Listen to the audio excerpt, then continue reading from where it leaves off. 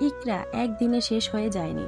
2-3 বছর ধরে একটা প্রশ্ন তার মনের ভিতর কুরে কুরে খাচ্ছে। তিথির সাথে কি আলভির কোনো সম্পর্ক আছে? আলভিকে প্রশ্ন করলে আলভি বলে না, ও শুধুই আমার কলিগ। নিজের মুখোশ একদিন নিজেই খুলে দিয়েছে। যে মানুষটাকে বলেছিল তুমি আমার সবকিছু, আর সেই মানুষটাকেই আজকে বলছে তোমার প্রতি আমার কোনো ফিলিংস কাজ করে না, তোমার সাথে থাকি শুধু আমার বাচ্চার জন্য।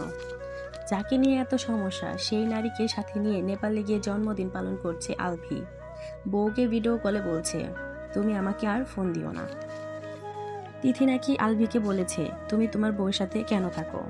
সব থেকে নিষ্ঠুর আর কষ্টের বিষয় কি জানো, বাচ্চাটা তার মায়ের শেষ দেখাটাও দেখতে পায়নি।